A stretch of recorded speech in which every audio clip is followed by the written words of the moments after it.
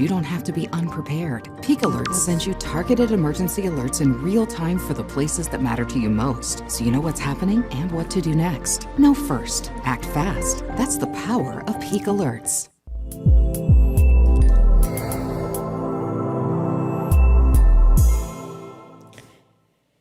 Good morning, crew. Welcome to Mornings with Meister. It is about 6:30, and we are on Tuesday, and this is going to be the best day of the week.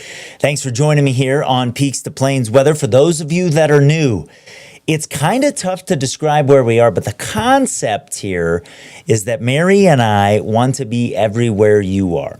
So we post stuff on social media. When we do live coverage, I do a live thing every morning, Monday through Friday at 6:30. We push that to social media as well. The live 24/7 channel is on Roku, is in the Peaks to Plains Weather app, is on peakstoplainsweather.com, is on the Peaks to Plains YouTube channel. We post little clips of forecast stuff through the day on the YouTube channel as well. But the best way for us to take care of you, for those of you that are new, is the Peaks to Plains Weather app, because you can drill in on our forecast for where you are. If you have your location turned on, the app will help you with that. You can also use a little search feature there that will allow you to put in a town, and it could be outside of Colorado. We don't tweak the model forecasts outside of Colorado, but we do a lot of that locally because computer models have a hard time kind of figuring things out around here. So we use our experience and go in there and kind of focus on the details that you are going to know. I'll have some info over the next week or two about how to make the best use of the app. But one of the things we can do on there, if you have your location turned on, is when there are high impact things, we can give you a little digital shoulder tap, give you a push alert, and let you know about what is happening in your area. So if you haven't downloaded the Peaks to Plains Weather app, please do so today. You can go to peakstoplainsweather.com to do that. You can search in the App Store or Google Play. And if you're having conversations about Peaks to Plains Weather, if people are excited about Mary joining me here, I'm certainly excited about that. Bring up to them, hey, you should download the app, because they are always making sure that everything is good to go across southern Colorado and keeping our community safe. That's what this is all about. Okay, let's talk about what happened yesterday across the area. It was a really, really nice day. We hit 77 in Colorado Springs, almost hit 90 in Lamar, probably do it out there today. And over the mountain areas, we were right around 70 on the valleys. Unless you got up higher, we were in the 60s. Today is going to be a little bit of a different day. It will be a warmer day than what we had yesterday by at least a couple degrees. We'll talk about that here in a second. On a day where there wasn't a lot of wind, we still had a fire develop. This was in Crowley County, just to the north of Crowley. So this is to the north of the Arkansas River, for those of you that need a little bit of reference. It was about a mile to a mile and a half north of the town, the heart of town anyways. And David Tomke sent me this fire. It's called the Bob Creek Fire. Now, on a day where there wasn't a lot of wind, you might be asking yourself, why was there a fire? Well, there is a water release that is going to happen this weekend in this area, and they may not get the normal allotment for the farmers, so they were preparing for that. So this was likely an agricultural burn that was in the irrigation ditch, getting the grass and the weeds out of the way. It's officially listed at 63 acres with 20% containment, but overnight they only kept 2 engines and a water tender there, so that tells me that they got a pretty good handle on this. Maybe we get some official containment announced very quickly. We also have an ongoing fire off just to the north by about 2 miles of the Colorado-New Mexico line. So this is off to the southeast of Trinidad, or Fisher's Peak State Park, the new state park in Colorado, and it's kind of on the south end of the Little Fisher's Peak Mesa area. On the right end of the fire, the east end of the fire, you see Lake Dorothy. That's a popular state wildlife area, and Schwackheim Creek is the little kind of area that this has been burning up. I'll kind of tilt the map down a little bit and let you see kind of the terrain that this is in. It's pretty gnarly stuff. I was actually down here one time, was hunting some elk in this area, and actually from the mesa top, kind of hiked down Schwackheim Creek. Gnarly stuff, man. I was kind of going through scrub oak and all kinds of pinyon and whatnot down there. It is listed at 90% containment. It's over 1,500 acres. And we haven't had an update in about 22 hours. I was just checking the Colorado Division of Fire Prevention and Control. And so maybe, hopefully, that is contained as well, because we have a different day on the way for tomorrow. Wednesday brings the approach of a storm from the west, and it brings some very high fire danger. In fact, we have a red flag warning that is up for really all of southern Colorado on Wednesday. And what is different about this one than the typical red flag warnings that get issued, there's two things. One is that the red flag warning lasts until midnight, so as we head from Wednesday into Thursday. Usually they expire an hour or two after sunset.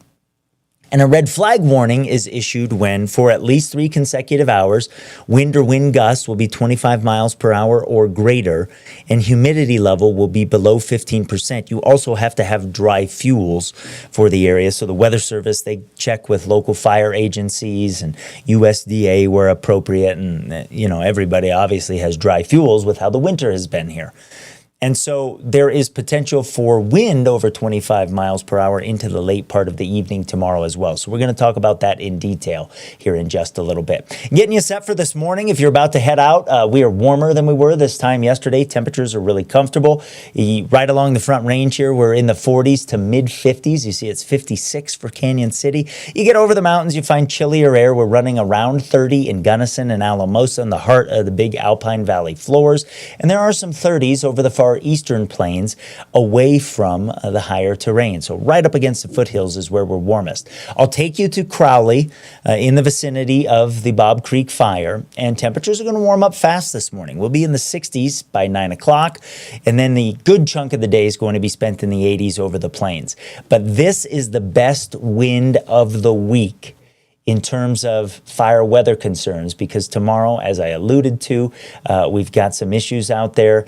And then as we move into Thursday, I still think we're going to have some wind around the area and still some fire weather concerns. So on Banjo, he's my little Yorkie. Easy to understand 0 to 10 scale of if it's going to be nice or not.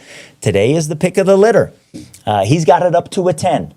And that's because the wind is going to be light today. There will be some passing clouds, a little bit warmer than yesterday. So we'll hit that 90 over the far eastern plains. We get higher into the 70s over the big mountain valleys. We even get places like Aspen that were in the 60s yesterday to around 70, and quite a few 80s up against the Front Range. Those of you in Teller County, you'll be in the 60s and 70s today, depending on your elevation. And there might be a couple 70s up on the north end of El Paso County, right up across the Monument Hill for Palmer Lake, maybe parts of Black Forest if you're high enough. But the wind today is really, really light. And that lasts into tomorrow morning as well. And then things start to change up a little bit because that system starts to approach. So we get another really mild night. Of course, there's temperature variation, but even places that are in the 20s this morning, like Gunnison, will be a little bit warmer tomorrow. We'll still have 40s and 50s up against the Front Range, and it's still a warm day. Mountain Valley areas might lose 3 or 4 degrees, but east of the mountains, from the foothills eastward, it's about the same as what we'll have today. So widespread 80s on the high end of things, 90s on the river out toward Kansas, and maybe some upper 70s up across the spine of the Palmer Divide on, Palmer Ridge Road. But the difference is the wind. And so red flag warnings are up, as I said. And here's kind of what happens with the wind. As we move through the morning, and I'm showing you gusts here, the wind really starts to pick up pretty quick over the mountains. Then as we head into the afternoon, that spreads over the plains. What is being underdone here by this computer model is the strength of the gusts. And you see some areas over kind of the eastern slopes of some of the mountains where there are some more intense kind of oranges.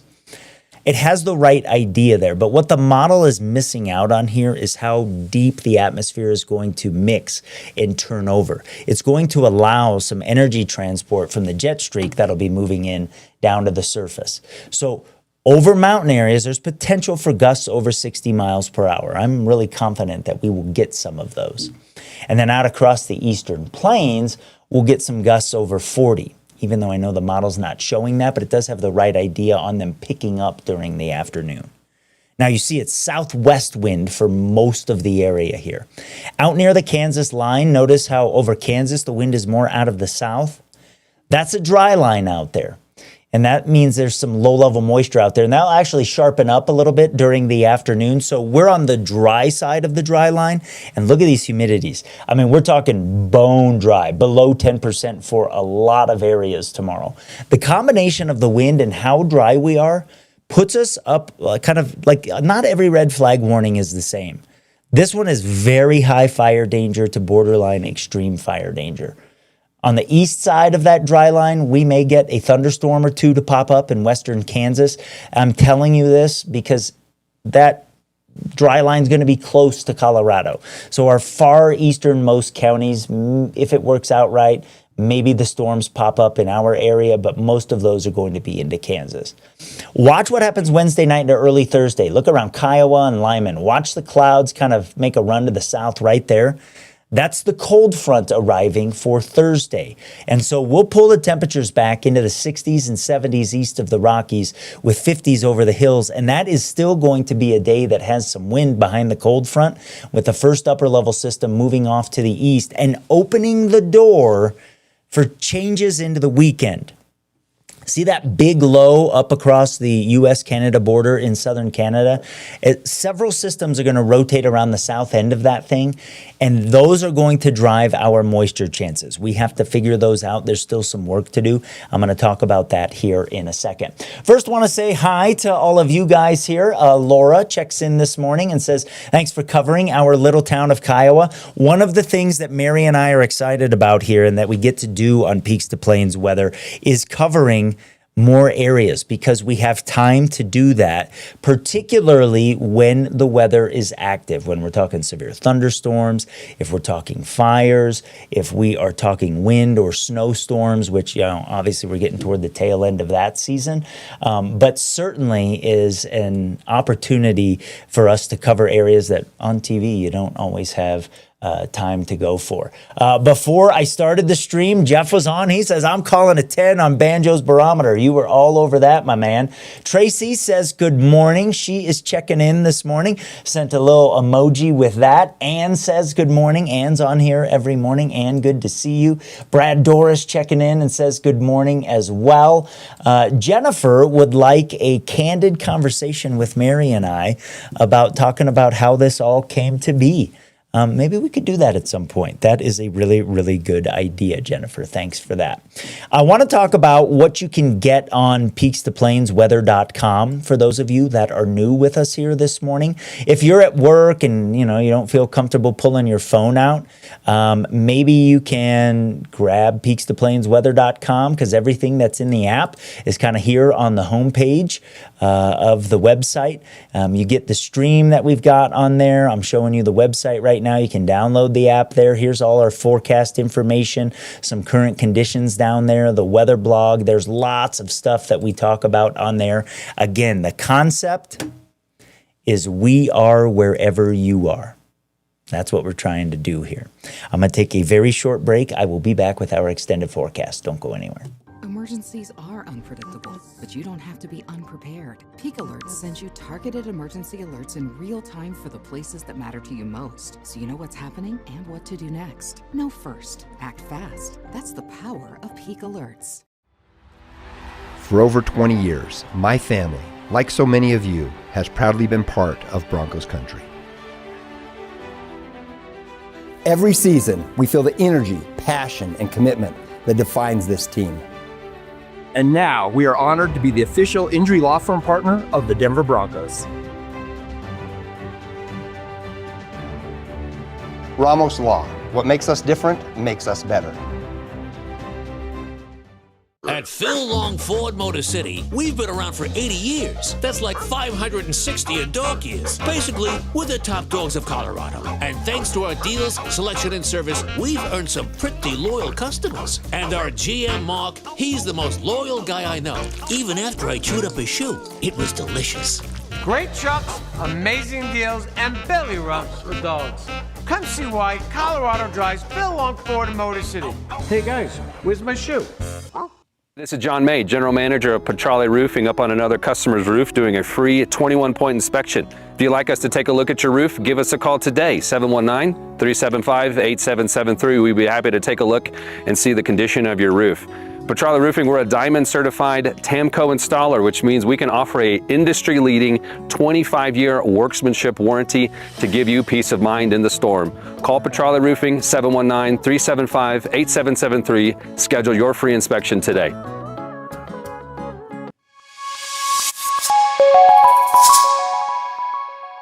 All right, we jump into the extended forecast here, and we've got a change on the way. The system that's going to bring the fire weather issues tomorrow is off the coast of California. It has some cooler air with it. You can see some speckled clouds there. This jet streak rounding the base of that is what is going to move into Colorado as we head into tomorrow and is going to change our weather up. So this ridge that we had that produced a nice day yesterday, nice day that we get today, gives way to the approach of this system. And as this jet noses into Colorado, we're in what we call the right exit quadrant. If you orient yourself with the direction of the wind, that tends to follow these black lines that I have here, and that's at about 18,000 feet.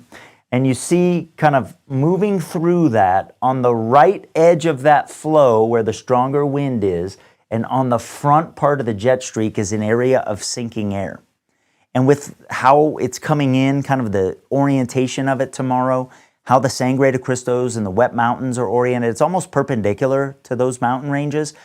All of that put together means we are going to get sinking air and energy transport or momentum transport down to the ground tomorrow. That system moves off to the east. It opens the door for some cooler air to come in. Notice most of the moisture Thursday is to the north with that system, but we'll start to turn cooler, and then that sets up this low that kind of hangs out for the weekend, and we'll get waves to rotate around this thing. And we have to figure out when those move through and where they are, because that's what drives our chances of moisture. So here comes a little system as we move into the start of the weekend. This one off to the west gets a little bit closer, and it does look like that one's going to move overhead late in the weekend. So kind of Sunday, maybe still dealing with this thing into Sunday night. There's another system there. See how there's kinks in the flow all over the place? Those are little areas of energy and lift. And we've got to watch those things as we move into the early part of next week. And they're kind of hard to time and figure out. There's a lot of kind of yo-yoing in some of the computer models about when and where they are going to be. So it's certainly a pattern change. But if I show you that same computer model and I show you its moisture, either rain and or snow, notice with the first system, this is through Friday here early in the morning, we keep everything up to the north. So maybe there's a passing shower in the mountains as the cold front comes through. Then we head into the weekend and check it out. We start to see some brighter greens showing up across Colorado with a couple of those waves moving through. But if I zoom you in and bring you into southern Colorado, you can see that the chances are better over the mountains and the northeastern part of the state than what we get across southern Colorado, at least in terms of moisture of note, if you're talking a couple of tenths or more. And this is kind of here in the Pikes Peak region, up across the Palmer Divide is kind of the back half of the weekend, as I said. Here's another computer model for the same time frame, kind of has the same idea. So we need one of these waves to come a little bit farther south than it looks like if we're going to talk some better moisture chances for the southern foothills of Colorado and the plains south of Highway 50. So there are chances, there's just work to do. If I focus on the best chance between two computer models that we look at for sort of mid-range to extended forecasting, you can see that they both on Sunday in the evening do have some moisture, at least in the neighborhood, but notice how it's kind of focused on the northern part of the state and the mountains. So that's what we've got to watch.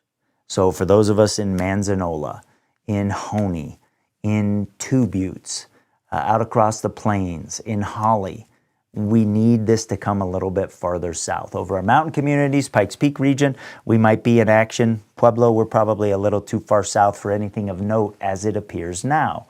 But once we get that system to move through, chances of showers and thunderstorms and that unsettled pattern may continue into next week. So we're looking at Woodland Park here.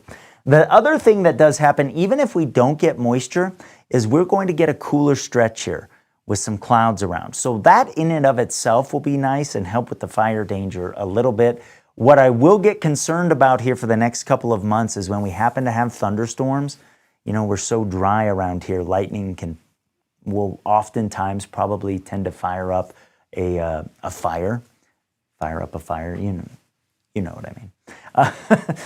But notice how after being in the 60s behind the first cold front, we get kind of cooler into next week. And again, back part of the weekend for the Pikes Peak region is probably a better chance than Friday into Saturday. We get that high fire danger day tomorrow. We drop into the 70s for Pueblo. Again, unless one of these systems comes a little bit farther to the south, we're probably going to be on the dry side of things. And so, you know, we'll keep watching this together and we'll keep an eye on things, and we just need one of these waves to come a little bit farther to the south. Getting to the time of year, the other thing we have to keep an eye on is low-level moisture. Where is that? Because if you can time the low-level moisture getting into eastern Colorado with one of these waves, maybe you talk severe thunderstorms. It's not a pattern that really screams severe weather for southern Colorado, but it is something that we are keeping an eye on. All righty, want to say hi to a few other people here this morning. Carrie's checking in. She says hello, good morning. Joy says good morning as well. Carol says good morning. Carol, it's good to have you here early this morning. And before I let you go, I want to tell you about this, those of you that are new. We have set up an easy way for you to join live coverage like I'm doing right now, to either ask a question or when there is active, high impact, maybe life-threatening weather across the area, for you to help us and give us reports. So these are two links that you can put in a web browser on your phone and you can join me for live reports. So I'm going to leave these up for a little bit and keep talking about it, but I invite you to put one of these in your phone as a contact to Peaks to Plains Weather.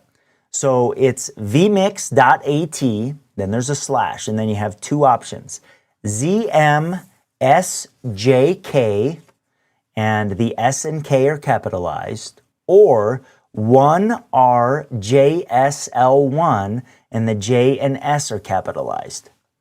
And the concept here is this is our weather together. So if you are in a place where, let's say as an example, there is a severe thunderstorm rolling across the area, and you're maybe south of it. And so you see it, but you're not being impacted by it.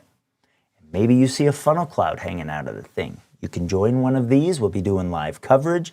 You can come on and give us a report and say, hey, look at what I'm seeing, and kind of pan across the sky and help us out. Or maybe you got hit by the storm and it's now out of the area, but you can say, this is the real deal, folks, that, you know, this is coming your way. I've got a 1.5-inch hailstone here. Look at this.